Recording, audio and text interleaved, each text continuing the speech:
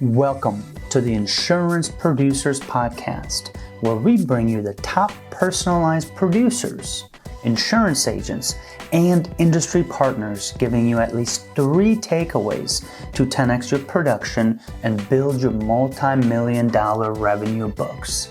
So sit back, relax, and become inspired by the success stories and strategies of the world's top insurance minds. Let's roll. All right, welcome to Insurance Producers Podcast. Hey, we have a special episode today. Daniel Seong is our guest today, and I am so excited to talk to you, man. How are you, buddy? I'm doing well. And I got to tell you, Cyrus, getting to know you has been a real treat, my friend, and all the success, all the things that you've been able to accomplish. Congratulations. And no one is more deserving of all that than you and your family. So really proud of you. Really congratulations on all of your success. Daniel, thank you, man. That means a lot coming from you, man.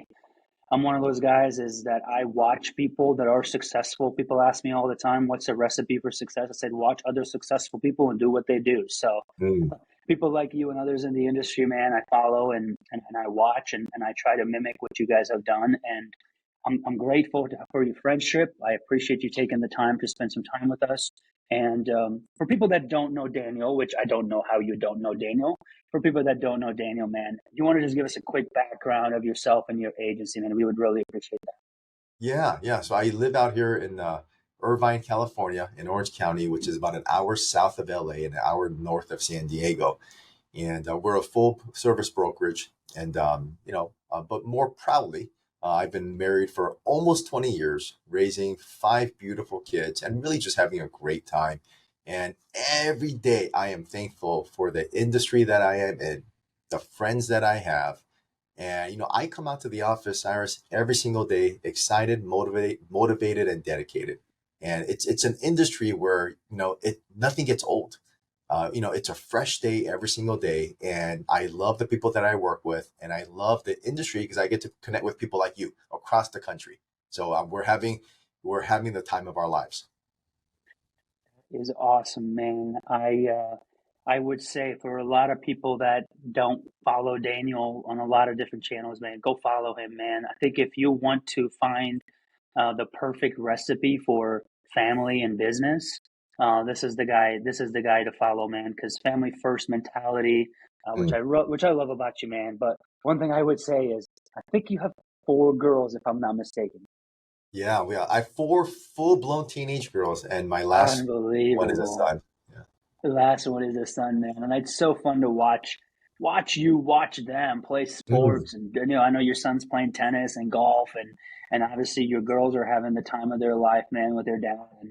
And I've got a 6'4" and a 2-year-old, man, so I'm going to do a little bit of a different stage than you, man. But when I do grow up and my kids grow up, man, I want to make sure that I become a little bit of a dad than you are. So I would give you applause for what you're doing, man. So. Yeah. Well, I appreciate that. Thank you. You got it. So for producers, man, this podcast is Insurance Producers Podcast. This podcast is to enlighten and help the producers that are maybe stuck, producers that want to take it to the next level. So let's put your producer hat on, Daniel. Let's go back to when you were a producer at first, and I want to talk about some other stuff as well. But let's go back, man. When you got in, did you get in as a producer under somebody, as an agent, or yourself, or like how did that journey kind of start? Yeah, my journey is a little unique, I think, and I would never recommend my path to anyone because I had another failed business. I was filed bankruptcy. I was on food stamps, welfare, and at my lowest of times. I got into the industry without knowing anybody. So I got into the industry when I had my 4th daughter. No money. I had $200 to my name in my pocket, and that was it. We sold everything we can sell. And that's when I decided to get into the industry. But I mean, Cyrus, anybody knows, I mean, you sell a homeowner's policy this month, you're lucky if it hits the commission cycle, then you get paid 30 days later. So I knew I couldn't feed my family right away on the business that I sold because I mainly focused on personal lines. And then I got a graveyard shift at night. So I would come home or I would go out, build the insurance book from 9 to 5 p.m. And again, I didn't know anybody. So I just found a local agency and I said, let me just give me access. Let me write through you. I own my book of business. I don't need a salary or anything like that. I just need access. So they took a little bit, off the top, and then I had access. So I started building my book. So 9 to 5 p.m., 9 a.m. to 5 p.m., I would go build the insurance book. And then I would get home around 6. So from 6 p.m. to 8 p.m., I would eat dinner and play with the kids. And then from 8 p.m. to 10 p.m. for 2 hours, I would take a nap. My wife would wake me up at 10 p.m. because I had to go to my graveyard shift that started at 11 p.m. to 7:30 a.m. And I was working at a home alarm company. And, in the middle of the night, if your alarm goes off, you get that phone call from dispatch. I was that person. I would get off at 7:30 a.m., go home, take a shower, eat breakfast, and go build a PNC book from 9 to 5 and do that all over again. But, and that was probably one of the best things that ever happened to me because I made a lot of money as a kid. Or, in my early mid 20s, I made a lot of money. But never coming from money, never knowing how to handle money, my ego was so big, it was embarrassing. And the good Lord really humbled me. And he put me through, what I call my growth years. So that was tough, but I mean, who doesn't go through tough times, right? Especially business owners, entrepreneurs, who doesn't? That's kind of the price you pay. That's the ticket of admission, for all the success that you're going to have in the future. But looking back at it now, because about 4 years ago, I stepped away from quoting and binding because the team does it now. Looking back at it now, that was probably some of the most fun times of my life because I was so focused, Cyrus, and and you know what it means to be laser focused, right? Like my ring light that I have right now, there's a glow, like it covers a wide area, right? But being laser focused on your goal is a completely different mindset. And I love the fact that you're doing this podcast now because we're coming up on the holidays. What happens in December? Not only do prospects give you excuses, oh, what's the holidays? Let's talk after the new year. And then you start seeing producers have that mindset also. It's the holiday. They use it as an excuse not to hit their goals.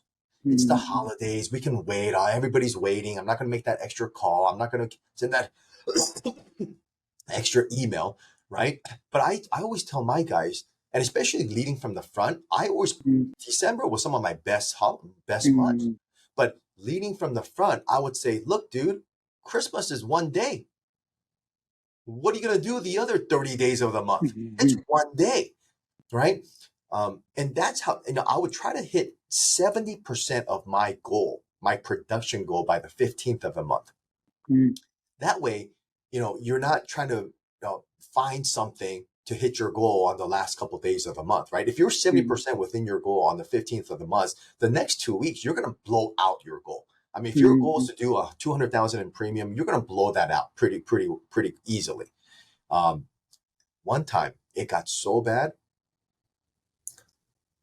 when I was really, really poor and on food stamps and welfare. And, like my wife, she comes home one day, Cyrus, and she says, honey, I sold my wedding ring, the wedding ring that I bought her to get married.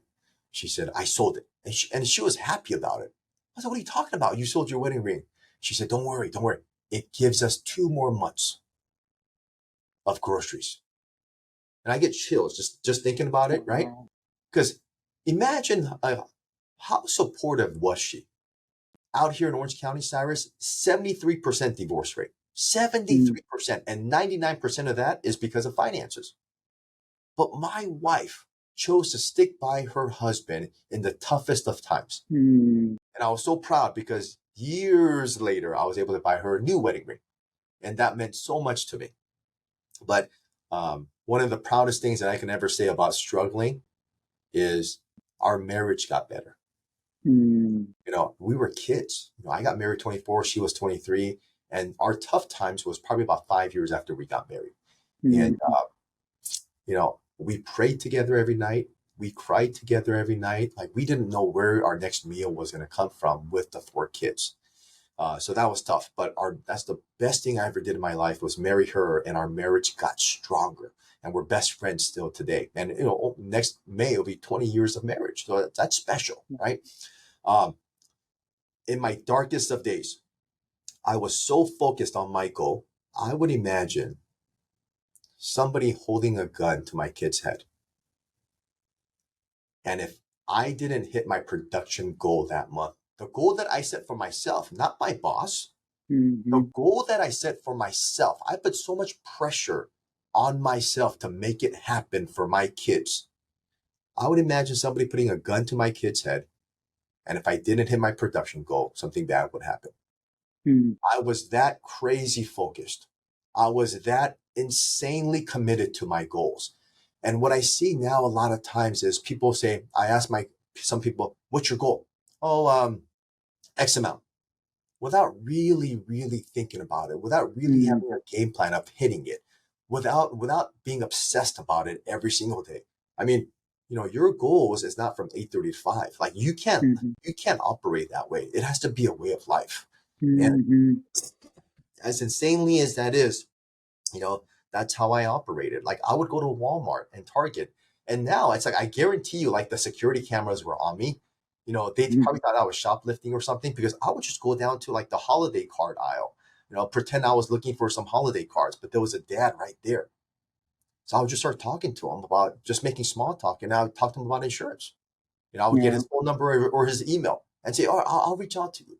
I would prospect at Walmart, at Target. Like I had no option, because I couldn't Mm-hmm. buy leads. I couldn't afford to buy leads. I didn't know Mm-hmm. anybody in insurance. So I just prospected everywhere I went. And one of my goals was to just make sure that everybody knew that I was in insurance so that when they got the Mm-hmm. renewal in the mail, they would think about Daniel. That's all I did. And then we worked on the social proof. We started that, maybe 15 Mm-hmm. years ago or so. And then now it's kind of Um, what it is now. So, Daniel, what did that look like for producers? Like, what did the day to day look like? So, let's go to goals first. You said you set yourself goals. As a producer, you should set yourself goals. Your boss should have their own goals, but you should have your own goals yourself, right? Yeah. Did you say, okay, so today I'm going to make 30 calls. That's going to be at 8 to 12 to 10 in the morning. I'm going to make calls and I'm going to prospect and I'm going to do this. So, what did the day look like? Because it had to be structured. And what was the goal at a micro level, macro level, whatever you want to talk about? Yeah. All I cared about was IPAs. That's all I cared about. Income producing activity. Mm-hmm. If it did not lead me to a quote or a bind, I didn't do it. I find people come into the office, spend about 10 minutes fixing their desk, and then Mm-hmm. another 10 minutes getting coffee, and then another 10 minutes talking to their neighbor. By the Mm-hmm. time it's all said and done, an hour's gone by. And then they go to make a few calls, go to lunch, come back. Now, I remember at one point, um, I was, we had a system and I made over 5,000 manual calls in one day. Oh, no, I'm sorry, in 1 month, 5,000 manual calls. I remember I was in there like at 4 in the morning, to late at night, and I was just dialing for dollars. I Mm-hmm. don't recommend that, and I don't think you can sustain that. But Mm-hmm. I was always just focused on following up. But also, I didn't have a lot of leads, but the leads that I did have, I almost acted as if that was a single lead that I had to work. Mm-hmm. So, but also, the volume of activity is good and you need the volume. But I also focus on the very simple things. If they emailed me, I returned their email. If they called me or texted me, I returned their phone call or text. It is people overcomplicate it. But I love the weekends because when somebody would email me on a Sunday night at 8 p.m., oh, I replied.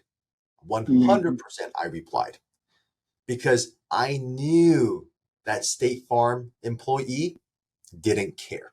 They had no Mm-hmm. skin in the game.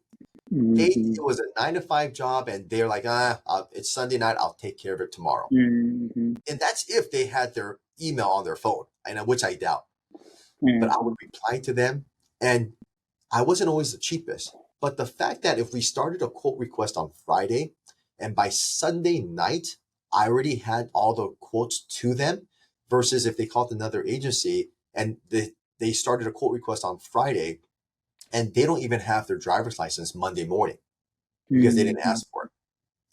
Just by me being 5 steps ahead, a lot of times I won the account just because I was easier to work with for the Mm-hmm. client or the prospect.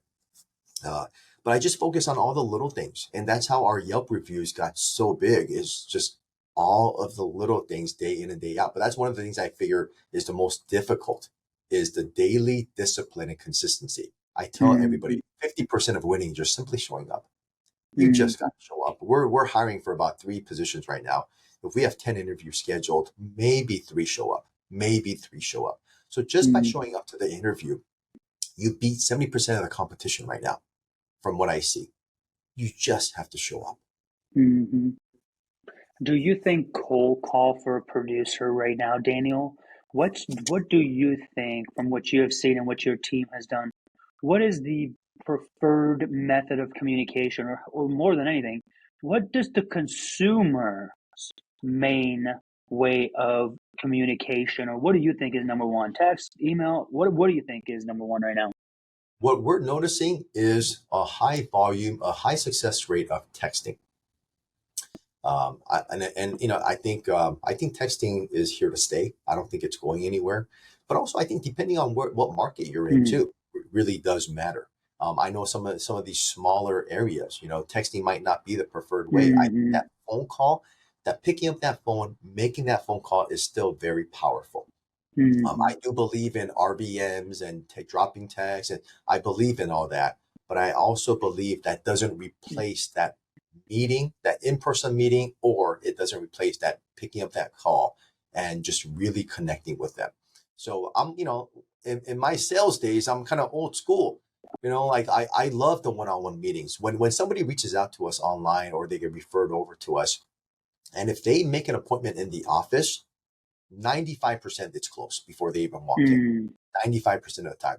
So we really do welcome the in-person meetings. It doesn't mm. happen every day for us, but when it does, we notice a higher success rate. That is awesome. Daniel, right now it's a pretty tough time for a lot of states. Right now it's a pretty tough time in our industry, um, uh, just as well. So I guess in California, in Irvine, California, California is one of the red states for a lot of carriers. A lot of carriers have stopped shutting down. What are you guys doing? Is this the time to double down? Is this the time to take it easy? Like, what are producers in tougher states? What are some things they could potentially do? And what are you guys doing right now? Yeah. So one of the blessings that we have is, because up until about 4 years ago, we were 95% personalized, 5% commercial. 4 years ago, we made an intentional focus to really grow the commercial book. So since then, more than 50% of our new business has been commercial. So commercial is doing great for us. And again, we're now, right now, we're probably about 70% personal lines, 30% commercial. So it definitely is growing. Personal lines is still very strong. I do believe in it. I do believe that this hard market will pass. And I think the people who are focusing on the right things right now, we've been blessed because from the very beginning, we wrote high limits. Umbrella is really big in our agency. We don't do a lot of standard. In fact, we've lost a lot of standard appointments because we submitted one policy in the whole year. Um, Mm, a lot of our policy are 250, 500 or 500, 500 with the umbrella, auto, and earthquake. So we have cleaned up our book from the very beginning.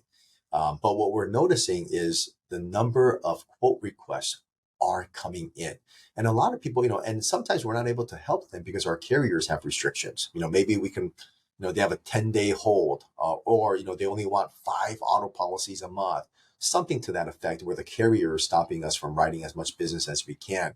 But also, instead of looking at that as a bad thing, well, what are we really doing right now? Even though we can't help them, maybe it's a whole contact list that we're building up right now. So we're mm, saving everybody. We're putting everybody in our CRM now. From the very beginning of my career, we do not send out quotes without current deck pages. So you have to send us a copy of your current deck page for us to be able to help you. or provide options for you. So when we receive that, we know their current X dates, we have their coverages. So we put that into our CRM, and it's a total X date campaign that we're creating. So in 2, 3, 4, 5 years from now, the lead flow in our agency is going to be massive. So Mm-hmm. we're taking, but also, we let them know that we'll follow up with them. We ask for referrals. It's a real opportunity for right now for the people who are thinking long term. They're going to explode in the next couple of years. I love that. I love that. So prepare yourself. It's one of those things where you might not close it today. And that's what I tell our team all the time. I'm like, because we're a very high new business, personal lines. They write a lot of business, but we don't have a structure set up yet for the back end. So I'm like, guys, like, these people come to me all the time. Our producers are like, hey, like, I don't have any leads. I'm like, you've been here for 3 years. How do you not have any leads? Right. Like, it's because, and that's shame on me, right? And shame on me as an agency owner because, well, we didn't set up on the right campaign. We didn't have the systems and the processes set up like you. Hey, in your CRM, put the X dates. Where are they at? What kind of coverages they have, and all that stuff. So when you call them the next time and say, hey, last time you were at this, now I'm at here, you pretty much have a very high percentage of closing that deal. So that's number one for these people to be able to, hey, get all that information, build some kind of a relationship, I would assume, right? Because even though you might not get him right now, when you call him next time, oh, Daniel, I remember talking to you because you're that guy, right? Because you're telling them something so they remember, if that makes sense, the next time you call them, because things will change, man. State Farm maybe is taking a lot of business right now, but that's not going to be like that forever, right? Other carriers are going to come in. Yeah, and now, especially now, it's almost effortless because of the CRM, and we don't manually reach out to these folks if we can't help them. We'll just enter them in our CRM and the X date campaign, and they'll get Mm, dripped every couple months. So by the time that their X date does come around, we're not somebody new reaching out to them. We've been reaching out to them for the last mm-hmm. six, 7 months or so. That's beautiful. That's beautiful. Yeah, I really, as far as the hard market goes, Daniel, for the producers, anything else they can do other than that to kind of set themselves up right now to differentiate, so focus a little bit more on commercial? Maybe a lot of people are moving over towards, like you said a little bit earlier, on the commercial side. For the personal line side, I mean, if the carriers, if you don't have the carriers, there's really not much you could do other than put them in on an X day. So, Yeah, you keeping know, that relationship. I don't think so. If we look at a 30-year career, this time might be 1 or 2 years. So I don't think people should be making career changing decisions based on the hard market. Now, Mm-hmm. if you're a personalized person and you always want to go into commercial, well, maybe this is the perfect time, right? But you don't go into commercial because of the hard market. And again, Mm-hmm. if you get a macro view of this thing, it's like it's only one, a small Mm-hmm. segment of your career. What I would highly recommend is dig into that current book of yours. Mm-hmm. Um, I guarantee you the way we think is everybody needs an umbrella policy.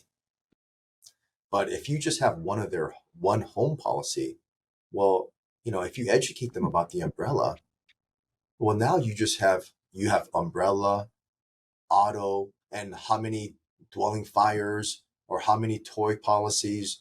There's so much in the book of business that you're sitting on right now. A lot of people think Mm-hmm. you have to go outside of that. But sometimes just digging within that book is just, well, it's not even sometimes, it's always that case. But you can cross sell life insurance. You can cross, I mean, just worst case, if you don't get any policies out of them, you might be able to get a referral.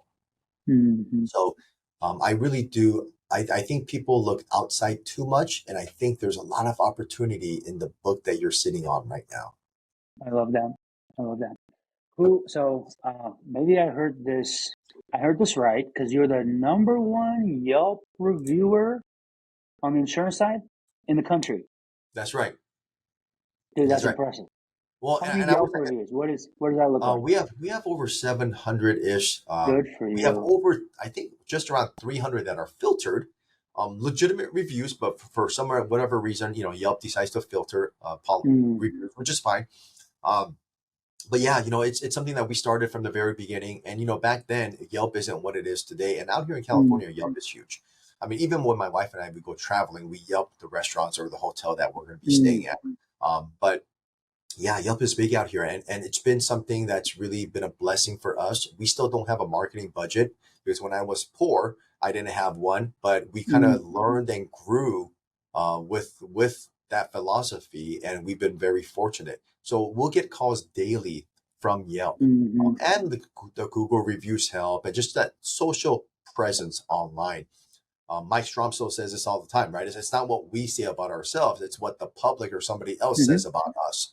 So, mm, but even with that, it's a mental battle every single day, and you have to have a consistent strategy of asking for reviews.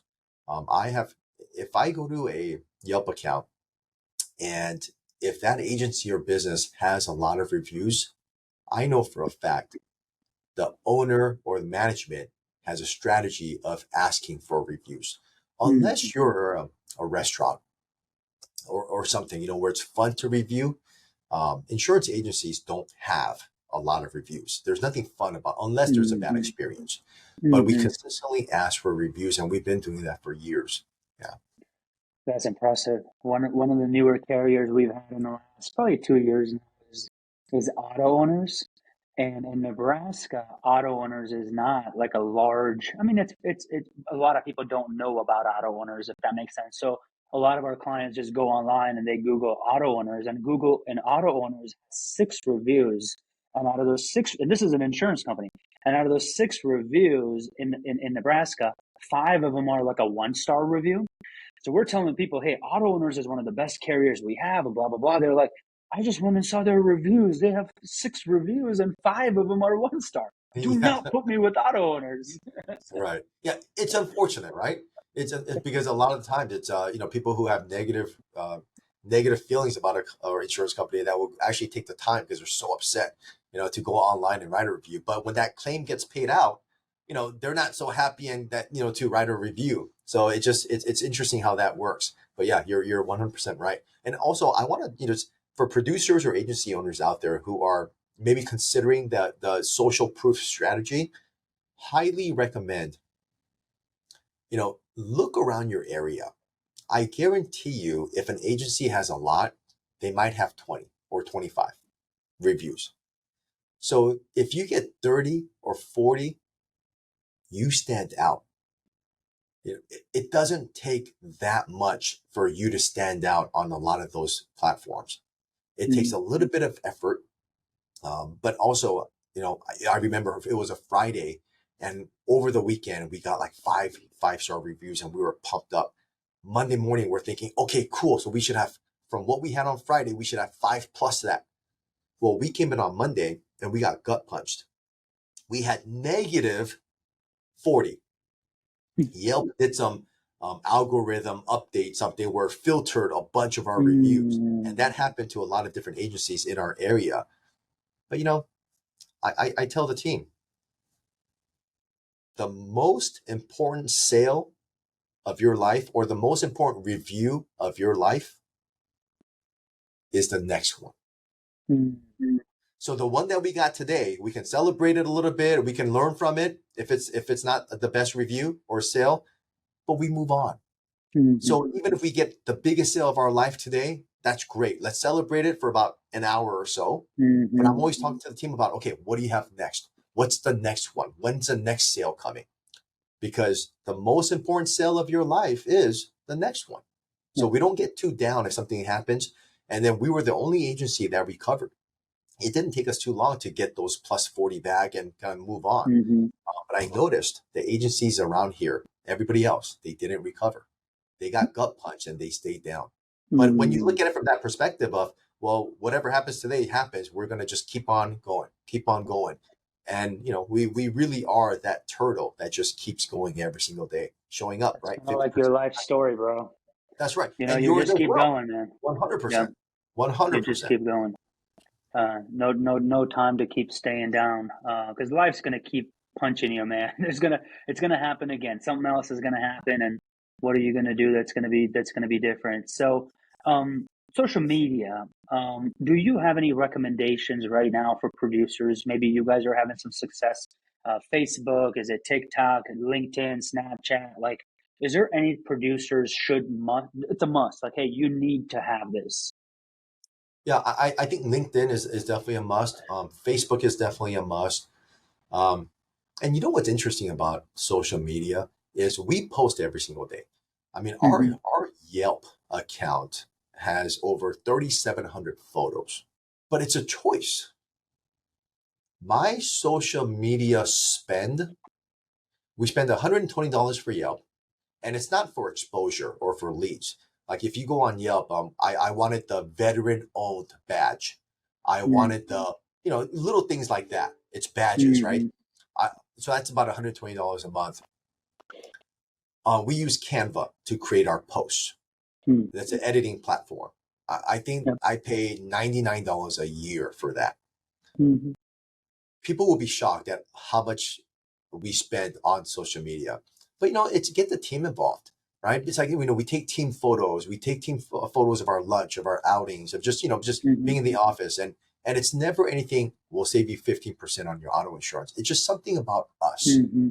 our story, our just a day in the life type of thing. But it's simply a decision to post.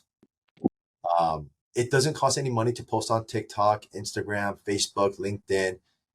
And I wouldn't even recommend daily, maybe twice a week, right? Mm-hmm. Just post something. And Yep. remember, it's, I get a lot of praise and recognition because people say, man, you're growing so fast. You have an amazing team. Um, And I always tell people, I say, look, it looks a lot better on social than it really is all the time, but yes, we do have a great team here. yeah. But it just gets magnified. And if you're Mm-hmm. consistent at it, like just because you can push post, it's like all of a sudden you become this expert, right? Mm-hmm. When all you're doing is just taking a picture and uploading it. Yep. So, but I mean, it has done wonders for our agency. It's, I've made a lot of connections with some friends across the country. Yeah. It's opened up doors for me, and it's just like a podcast, right? You get to meet people that you thought you never would. Mm-hmm. And also podcasting is another form of a Yep. social outlet. It's a platform. So Literally. yeah, That's it's awesome. just a simple decision to just simply do it. Yeah. Two questions before we let you go, my man. Number one is, I'm going to put you on the spot. What is your definition of greatness? The definition of greatness. Gosh, I was a very insecure child, and probably as an adult, and actually as a young parent, I was very insecure as well. Uh, you know, the definition of greatness to me is, for me at least, it's knowing that you did your best.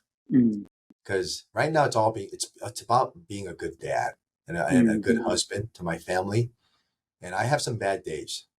Um, but I try, parenting is like one of the hardest things, man. Cyrus, I Mm-hmm. struggle with it, and I think we are doing Mm-hmm. a good job, but the child parent relationship is so fragile, right? Yeah, and they're only kids Yeah. for a certain amount of time. Mm-hmm. Uh, it's just knowing that I did my best and I did a good job, and my children's lives are better because they were my kids. That's amazing. That's Yeah. amazing, man. Your kids are extremely grateful to have you, man. And I could already tell. Oh, thank And last question for you. This podcast used to be called Win the Day, and I'm a big proponent of winning every day. you. What is one or two things that you must do every day to consider your day one? Yeah. I'm a big believer in consistency. And you know, I almost hate the word motivation Mm-hmm. because motivation is based on how you feel. Mm-hmm. Discipline is based on your belief in a way. And I think showing up every single day is important. Mm-hmm. And it's lonely at the top. Cyrus, you Mm-hmm. know this, Mm-hmm. right? Mm-hmm. Being a dad, a husband, a business owner. So my goal, my goal was to always just make sure that the team knew that I was just very consistent. Like Mm-hmm. I never want to have them see me have a bad day. Mm-hmm. But in my first 5 years of the business, I took 7 days off. I worked every Sunday. Mm-hmm. Did Wow. I have some bad days? Was I sick some of those days? Mm-hmm. 100%. But I never showed Showed it. up. And when I wanted to cry, scream, and just I would go to the closet, scream, cry by myself. 2 minutes later, I would come out and I was dedicated and disciplined. And I never showed the team that I was sad. And That's I think that's awesome. where the whole thing, it's lonely at the top, comes from. So just remembering your goal, staying disciplined, and very, very consistent. My man, I don't Daniel, know if that it answered was, your question, Cyrus, that but that's, does, that does 100%. Everybody's just different. It's yours. It's not yeah. mine. And I think I love that answer, man. Daniel, I want to thank you for being here, man. I want to thank you for what you have done for the industry, what you keep doing for the industry. We appreciate you, man. Keep showing up, keep doing your thing because we're all going to be better because of you, man. I appreciate you for being on. Well, thank you. Can't wait to see you again.